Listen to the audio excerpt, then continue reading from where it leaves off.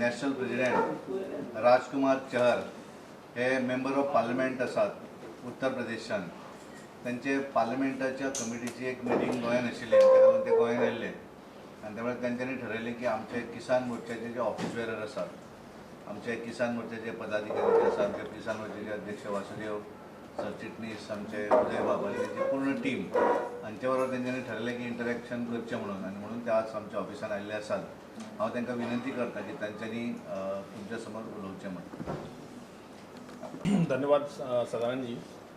अपने पार्टी के president and Vasudev ji किसान मोर्चा के प्रदेश अध्यक्ष और उदय दत्ताराम प्रभु देसाई जी हमारे महामंत्री यहाँ के.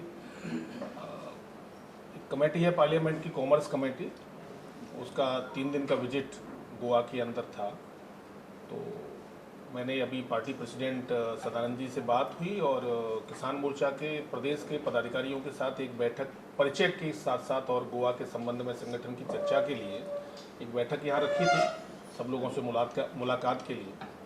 पार्टी किसान मोर्चा अपना जो तालुका लेवल पर, पंचायत लेवल पर मजबूत हो, मंडल की इकाइयाँ मजबूत बने, जिससे भारतीय जनता पार्टी गोवा के अंदर जितना मजबूत होगा देश के अंदर भी पार्टी उतनी मजबूत होगी. इसके लिए एक आज बैठक हमने की है और आने वाले समय में मुझे लगता है कि 5-6 महीने के बाद गोवा की प्रदेश कार्य समिति किसान मोर्चा की करने का भी एक आज तय किया है प्रदेश अध्यक्ष भाजपा सदानंद जी के साथ बैठकर कि आने वाले समय में, जिसमें तालुका लेवल तक हम आगामी 6 महीने के अंदर पूरी पार्टी तैयार हो जाए किसान मोर्चा, जिससे आने वाले इलेक्शन में जो एमएलए का इलेक्शन यहाँ पे आएगा उसके लिए बीजेपी मजबूत होके आए और अपने दम पे सरकार बनाए. इसके लिए हम लोग एक योजना बना रहे हैं. पूछ सकते हैं किसान मोर्चा के we have come down in Goa में, तो जब आप इलेक्शंस के बारे में सोच रहे हैं तो इनका कितना महत्व रहता है? Because now you see the issues of agriculture, farmers and everything, the centre पे भी आप देख रहे हैं. देखिए, अभी 2 विधेयक और एक संशोधन केंद्र की सरकार लेके आई. माननीय नरेंद्र मोदी जी देश के प्रधानमंत्री हैं, जन जन के प्रिय नेता हैं. किसानों की ज़िंदगी में खुशहाली आए, किसानों की ज़िंदगी में एक अच्छे बदलाव हों, सकारात्मक रूप से किसान की आय बढ़े, इसके लिए रिफॉर्म्स लाए गए हैं. उनकी बहुत आवश्यकता थी. पूरे देश के किसानों को उसका लाभ मिलेगा, लेकिन कुछ स्थानों के, विशेषकर पंजाब के कुछ किसानों को वहाँ पे बहकाया गया है. उनको भ्रम डालकर उनके मन में सरकार के खिलाफ खड़ा किया गया है. लेकिन मैं आपसे विश्वास के साथ कहता हूं कि नरेंद्र मोदी जी कोई भी काम ऐसा नहीं कर सकते जो 125 करोड़ देशवासियों के खिलाफ जाए. आने वाले समय में आप देखेंगे कि जो रिफॉर्म्स लाए गए हैं गोवा सहित पूरे देश के अंदर, उन रिफॉर्म से किसानों को लाभ मिलेगा, उनकी आय बढ़ेगी और आने वाले जो उनका यूथ है, किसान युवा जिन्हें बोलते हैं, वो अच्छे से खेती कर पाए, इसकी तरफ सरकार ने ध्यान दिलाने का काम किया है. और अभी सुप्रीम कोर्ट ने जिस प्रकार से एक संदेश दिया उसको भी किसानों के कुछ संगठन मानने तैयार नहीं थे.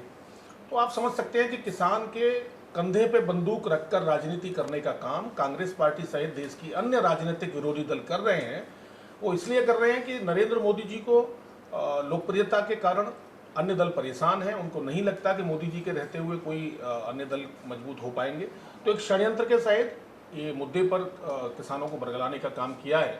लेकिन देश का 60 करोड़ से ज़्यादा किसान इन बिल के समर्थन में है. कुछ किसान संगठन हैं जो विरोध कर रहे हैं.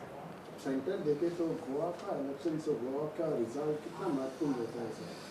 नहीं, निश्चित रूप से परिवार, ये एक देश है, एक परिवार है, अनेकता में एकता, ये भारत की विशेषता है.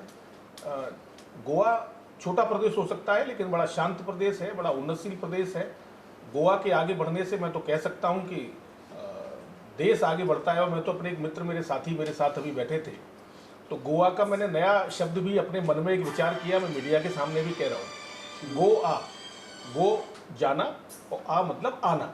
तो गोवा में बार बार पूरे देश का, दुनिया का पर्यटक जाए भी और आए भी, जिससे गोवा की अर्थव्यवस्था भी आगे बढ़े, गोवा के लोगों की आर्थिक व्यवस्था भी आगे बढ़े, गोवा के लोग सुखी रहें, संपन्न रहें और गोवा का किसान आगे बढ़े, गोवा का जनमानस आगे बढ़े, गोवा में शांती रहे, ऐसी मेरी अपेक्षा है. तुम्ही म्युनिसिपल इलेक्शन पळयता कशें पळयता? म्युनिसिपालिटी इलेक्शन 3 महिने फुडें धुकल्लें अशें ना. ते कशें जालें की ऑर्डिनन्स पयलीं जें आशिल्लें, एडमिनिस्ट्रेटर जो अपॉयंट केल्लो तो त्याची टर्म 31 जानेवारीक सोंपता. तर ॲडिशनल 3 महिने वाढवले तो 3 महिने पहिले केन्नाय निवडणूक जाऊ शकता. इट इज नॉट एप्रिल, केन्नाय जाता. Okay, but your party is almost ready for Ready for election. But there have been a debate on this party electionाचे पार्टीचे जावचे म्हणा. आता पळय हो डिबेटाक एंड केन्ना येतलो 25 तारीख असेंब्ली सेशन सुरू जाता आनी त्या नंतर एक्चुअल सपोज जर येवपाचें आसा तें पार्टी लेवल जाल्यार ते असेंब्लीन ठरतलें. जर असेंब्लीन येवना जाल्यार ते मागीर पार्टी लायनान जावचें ना. विशी फक्त एक 4-5 दिसाचोच प्रयोग. आज जालो 25 म्हणजे मंडे पासून सुरू जातली असेंब्ली. मागीर एक्चुअल पोजिशन कळटलें. सर लायक सीएमान फाटल्या कॅबिनेटाक म्हणला की मिड टर्म पोल्स आमकां तर दिसत ना आतां फूल टर्म कंपेर. तशेंच तुमी कितें म्हणटा तुमकांय मिड टर्म पोल्साचें कितें दिसता वो ना वो कितें? ना म्हाका दिसना मिड टर्म आमी हो टर्म जो आसा तो पूर्ण करपाक जाय आमकां. मिड टर्म आनी कित्याक जाय पूर्ण करपाक. थँक्यू. साडी शॉपिंग करपाक आता बेळगांव वचपाची गरज ना. पणजीतल्या बॉम्बे बाजारात तुमका दर्जेदार प्रकारच्या साड्यो खरेदी करपाक मेळटा. नवीन व्हंकलेक नववारी असो किंवा उत्तर भारतीय लेहंगा, सिल्क साडी किंवा कॉटन साडी, तुमची पसंत आणि आमचे कलेक्शन. साडी स्वतः खातीर खरेदी करा किंवा गिफ्ट करा. बॉम्बे बाजार, 18 जून रोड, पणजी.